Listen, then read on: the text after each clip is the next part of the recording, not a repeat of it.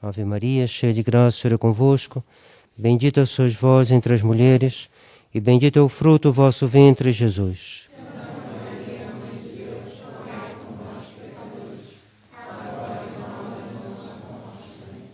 Em nome do Pai, do Filho e do Espírito Santo. Amém. Caríssimas irmãs, caríssimos irmãos, caríssimos fiéis, estamos no mês de novembro, mês das almas, mês que a devoção popular consagrou a oração e a devoção pelas almas do purgatório.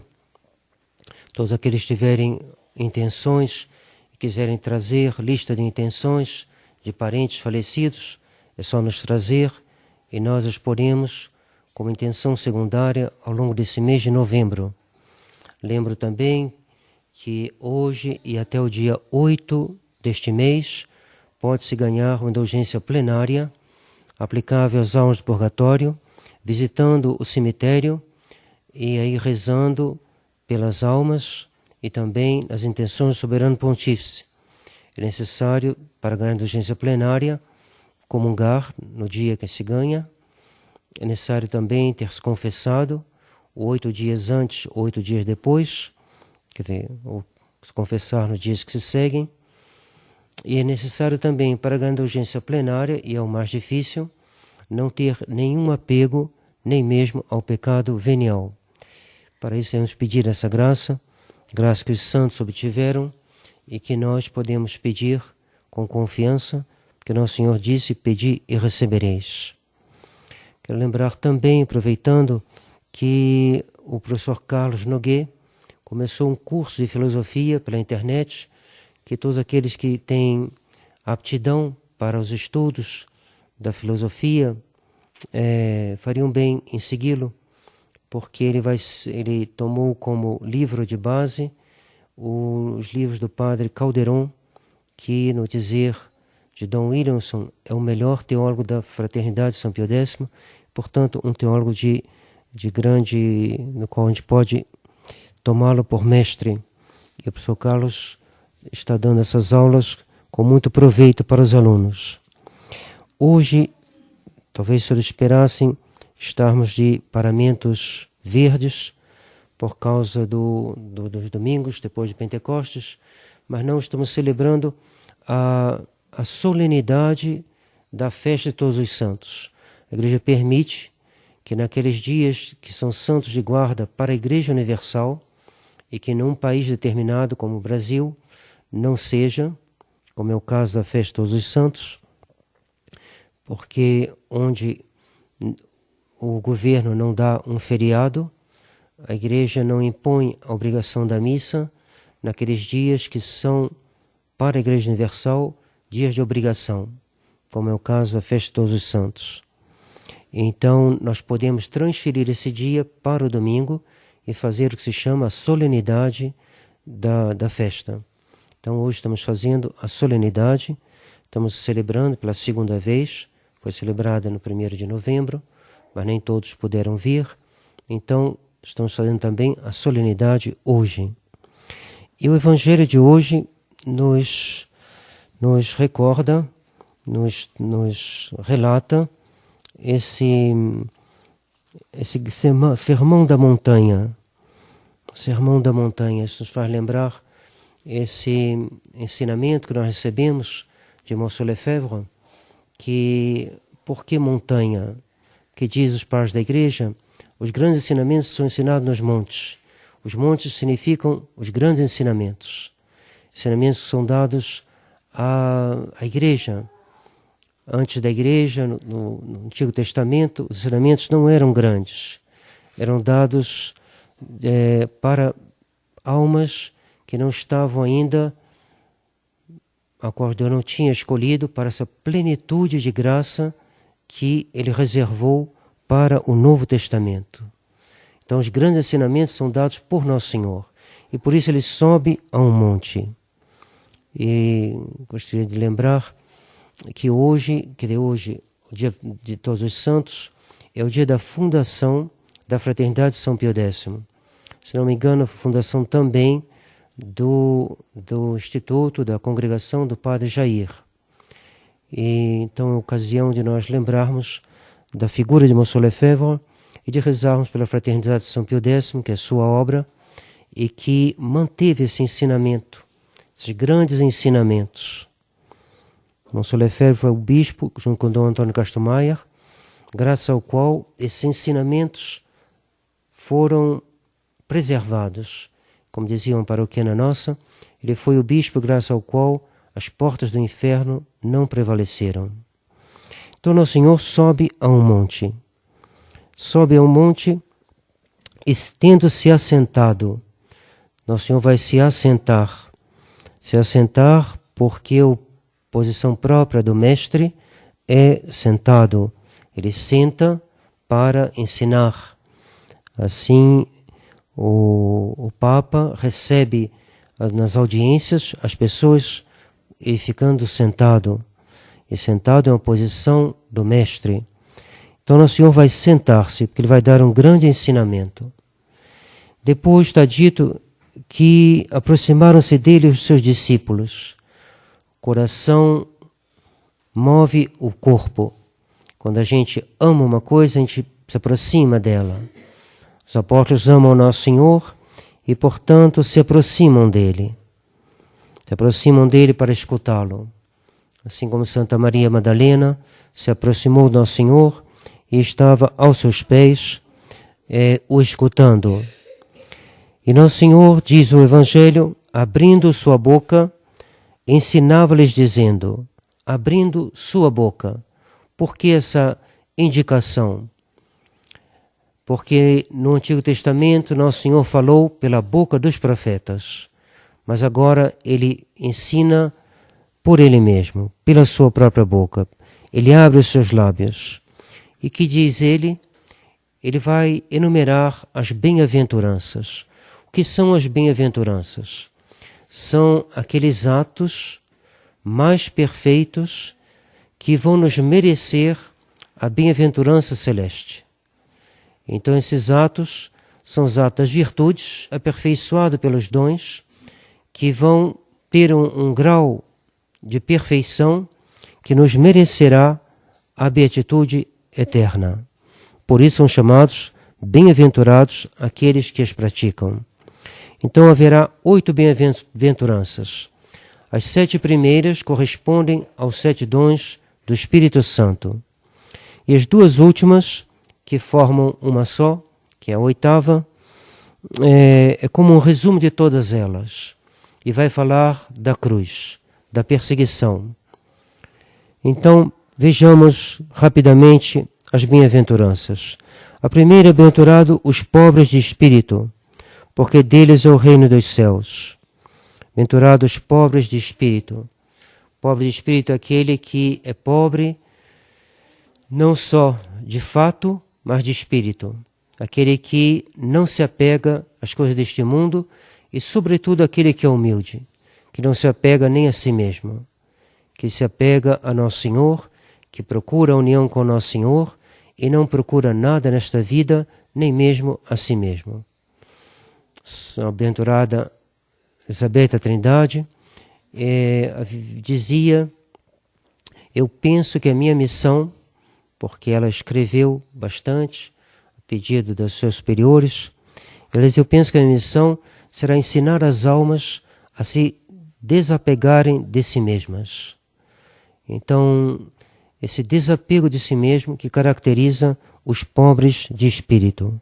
Como se pode ver, é algo difícil, mas é algo que Nosso Senhor nos dá se nós recebemos seus sacramentos com uma intenção reta, que nós pedimos na nossa oração, se nós pedimos no nosso terço, essa graça dessa pobreza de espírito. Porque deles é o reino dos céus. Então essas almas que não se apegaram à terra terão como recompensa o céu. As almas que não procuraram a si mesmas terão como recompensa Nosso Senhor. Bem-aventurados os mansos, porque eles possuirão a terra.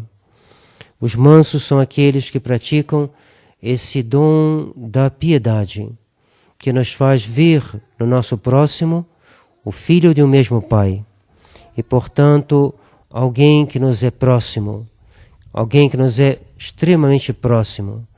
Isso nos faz tratá-los com uma suavidade, com uma mansidão, que é própria dos bem-aventurados.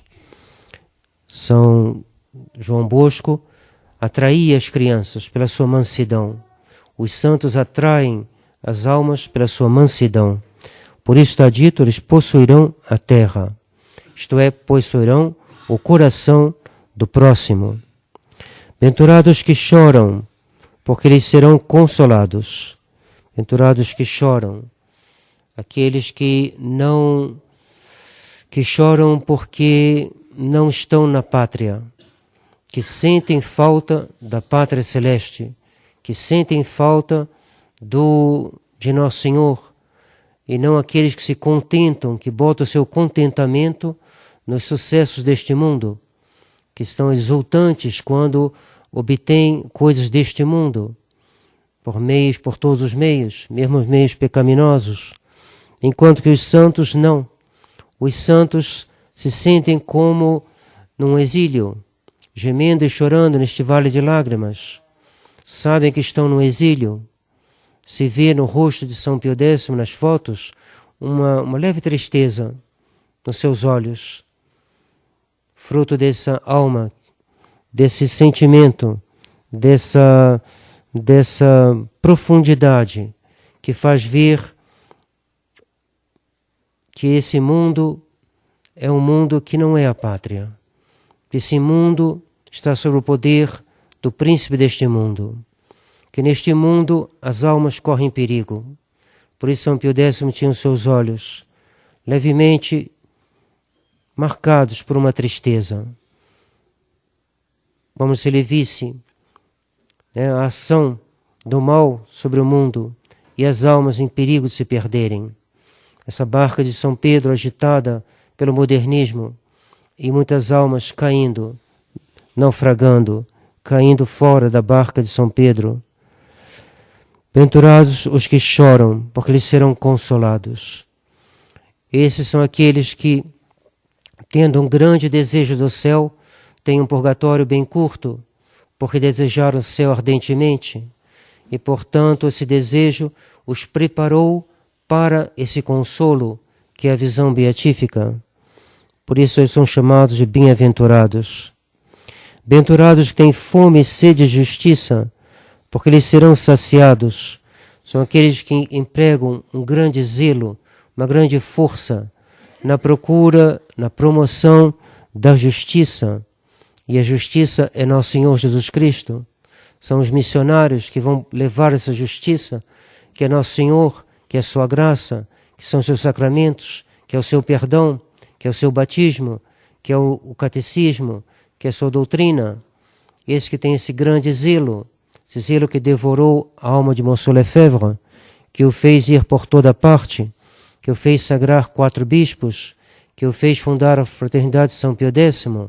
Que zelo num homem de tanta idade, fome e sede de justiça, isto é, fome e sede de Nosso Senhor Jesus Cristo, e Nosso Jesus Cristo crucificado, necessário uma grande força para manter esse zelo até o último suspiro, e por isso aqueles que assim agem são chamados, ou melhor, serão saciados. No céu, uma Santa Teresinha, um São Padre Pio, são saciados. Saciados porque eles tiveram fome e sede de justiça, isto é, fome e sede de Deus, Deus visto em si mesmo e Deus presente na alma do próximo. Bem-aventurados em seguida os misericordiosos, porque eles alcançarão misericórdia. Bem-aventurados misericordiosos, e a virtude vai aperfeiçoar a virtude da prudência. A prudência se exerce sobretudo nas obras de misericórdia.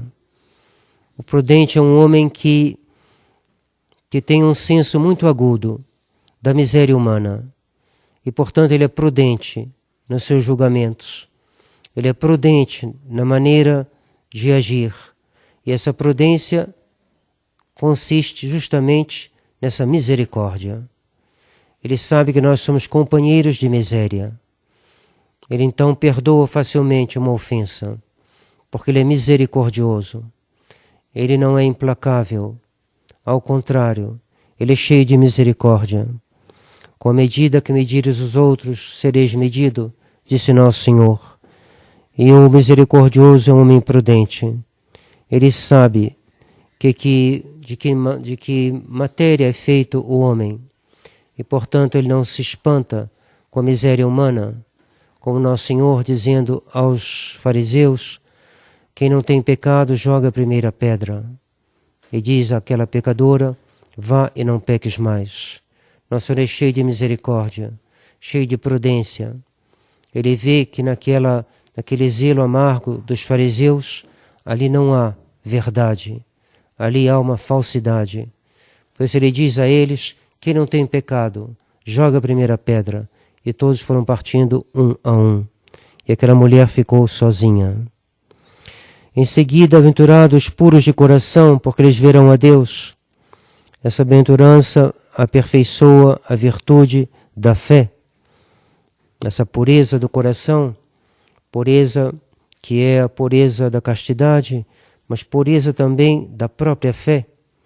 A fé que vai direto no âmago do dogma revelado.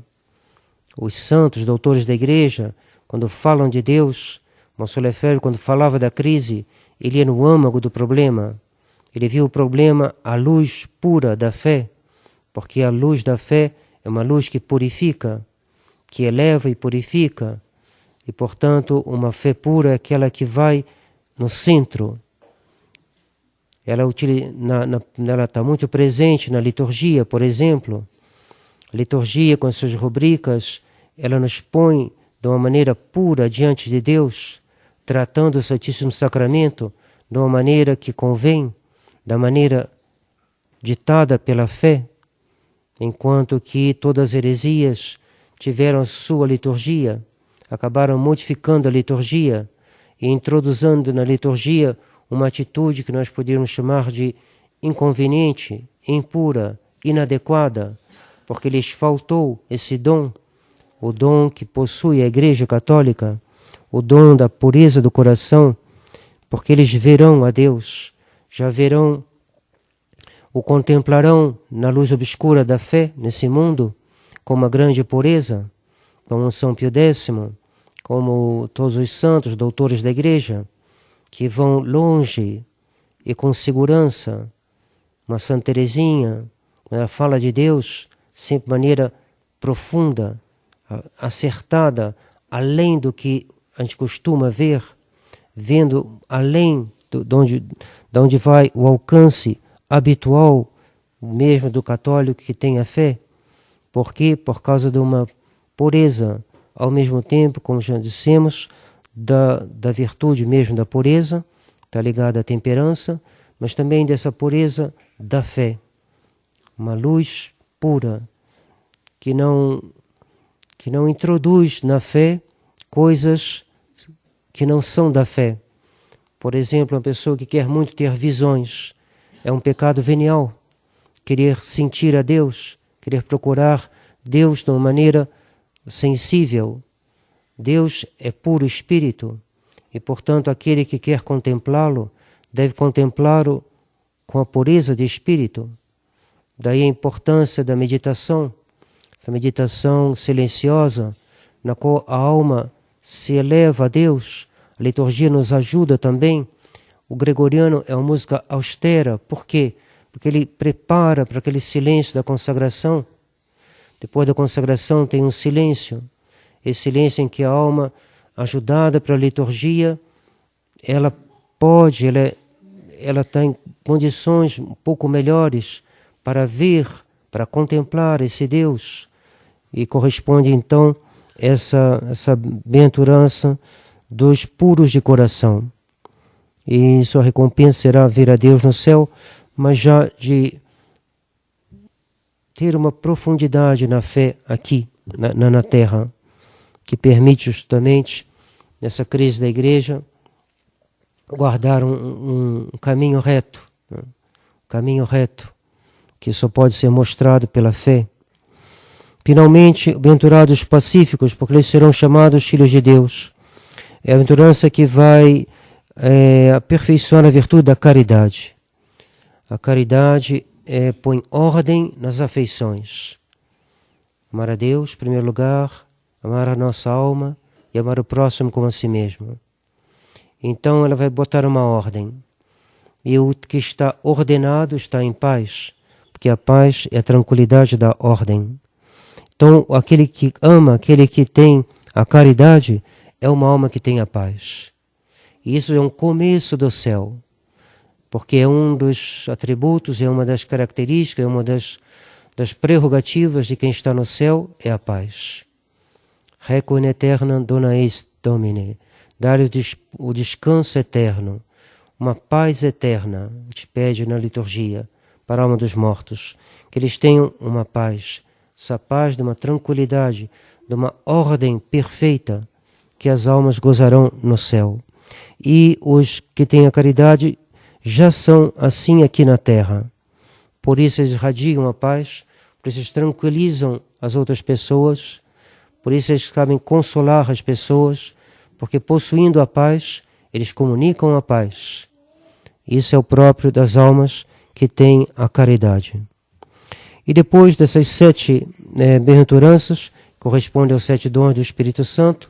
Então esse último corresponde à sabedoria, que é próprio do sábio justamente ordenar, daquele que ordena, então tem a paz, que a paz é a tranquilidade da ordem, e cabe ao sábio ordenar. Então a sabedoria corresponde a essa última bem-aventurança. Depois vem mais uma, que é exprimida em 2 frases, que é como o resumo de todas as outras.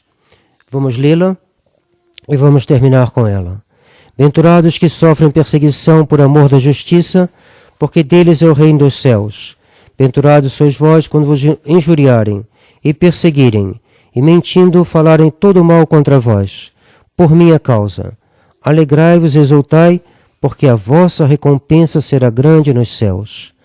Então é a bem-aventurança da cruz, bem-aventurança da perseguição. Nosso Senhor, na sua vida, o que Ele fez de mais importante foi no fim. E a igreja, que é sua esposa, não seguirá outro caminho. É no fim da sua história que virão os seus maiores combates. E está também aqui no final das bem-aventuranças justamente esse combate que ela sempre teve, mas que será mais intenso no fim. Bem-aventurados que sofrem perseguição por amor da justiça. Não é a pena que faz o mártir, mas a causa. Não é sofrer que já basta, mas por minha causa. Bem-aventurados os que sofrem perseguição por amor da justiça. É a causa, esse amor da justiça que torna aquele sofrimento, que torna aquela perseguição útil e que faz o mártir. O mártir não é simplesmente alguém que sofreu, mas que sofreu por amor da justiça. Bem-aventurados sois vós quando vos injuriarem e perseguirem, e mentindo falarem todo mal contra vós, por minha causa. A causa tem que ser sempre Nosso Senhor. Não basta que mintam e que critiquem uma pessoa. Tem que ser porque essa pessoa ama Nosso Senhor e dá testemunho de Nosso Senhor. E assim, se ele é perseguido por causa de Nosso Senhor, bem-aventurado, alegrai-vos e exultai, porque vossa recompensa era grande nos céus. É o que eu desejo a todos os senhores, pela intercessão da Virgem Maria. Quero avisar uma última coisa. Haverá aqui no dia, se não me engano, 14, 15 e 16, penso que são esses dias, de que maneira é o feriado do dia 15, né? 15, 16, 17. Bom, esse feriado, estou me escapando agora a data exatamente, mas esse feriado onde está, que segue o dia 15. Penso então que 15 é uma sexta-feira, 16 o sábado, 17 domingo. Haverá as 40 horas. Então todos estão convidados. Então 15, 16, 17 aqui no mosteiro, às 40 horas, para pedirmos a realização do que Nossa Senhora pediu em Fátima. A realização do que Nossa Senhora pediu em Fátima. Ela disse a Lúcia, nem os bons, nem os maus, nem os bons dão importância ao que eu falei. É o que eu estou pedindo. Não ligam, não fazem pouco caso do que eu pedi. Então vamos passar esses 3 dias pedindo e comentando nas conferências o que Nossa Senhora pediu. Nossa Senhora pediu a devoção ao seu Imaculado Coração. Nossa Senhora pediu a devoção ao Santo Rosário. Nossa Senhora pediu a meditação dos mistérios do Rosário. Então falaremos de tudo isso e pediremos a Nossa Senhora que o que ela pediu em Fátima, consagração da Rússia e a devoção ao seu Imaculado Coração, nos tragam o triunfo da Igreja e esse tempo de paz que ela nos prometeu, assim seja. Em nome do Pai, do Filho e do Espírito Santo. Amém.